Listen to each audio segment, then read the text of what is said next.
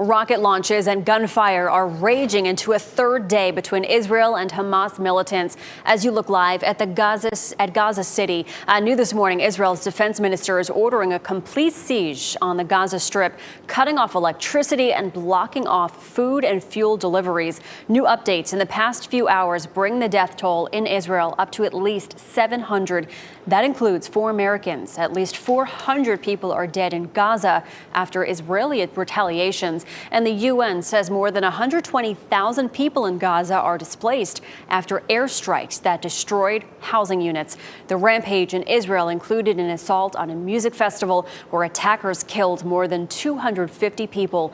The Biden administration and Senate leader Chuck Schumer say the U.S. will give Israel all the help it needs to repel the attacks. And Michelle, some of that support is already on its way. The U.S. military is moving ships and aircraft closer to Israel. U.S. officials say although they are taking action immediately, some of these assets will not be in place for several days.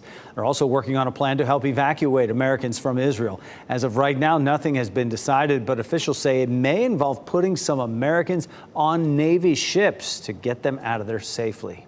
And today, groups across the triangle here are coming together to show their support as well.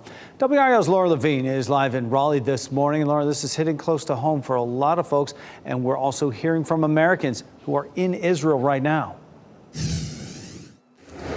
Jeff, good morning. Right now, I'm standing outside and in front of the David R. Kahn Community Campus, where one of those events will gather here today. I just heard back from a rabbi in Durham, and I want to share a message he sent me. He says it feels like everyone knows someone connected to someone who's missing, a friend, a child, a cousin. It's dreadful, he says. I also spoke with someone who was traveling with a church group from the Triangle who is in Israel right now, and he described hearing the rockets and sirens go off while sitting in his hotel in Tel Aviv.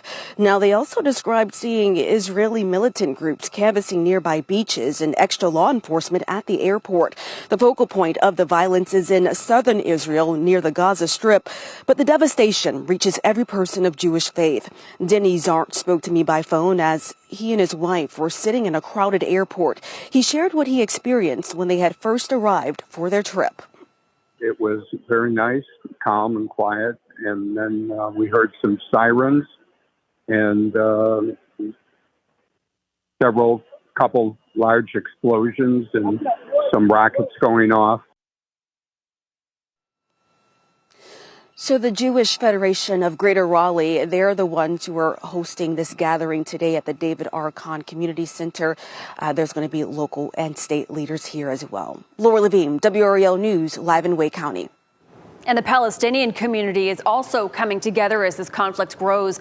Dozens gathered at Moore Square for a rally yesterday. The group held signs in the protest while chanting and marching through downtown Raleigh. The organizer of the rally is highly critical of Israel. We're out here to call for a free Palestine, to demand the end of the blockade on Gaza, to demand the end of U.S. aid on giving U.S. aid to Israel, and to demand the freedom of all Palestinian prisoners. Groups on both sides of the conflict have been holding rallies. More are expected across the area and the U.S. today.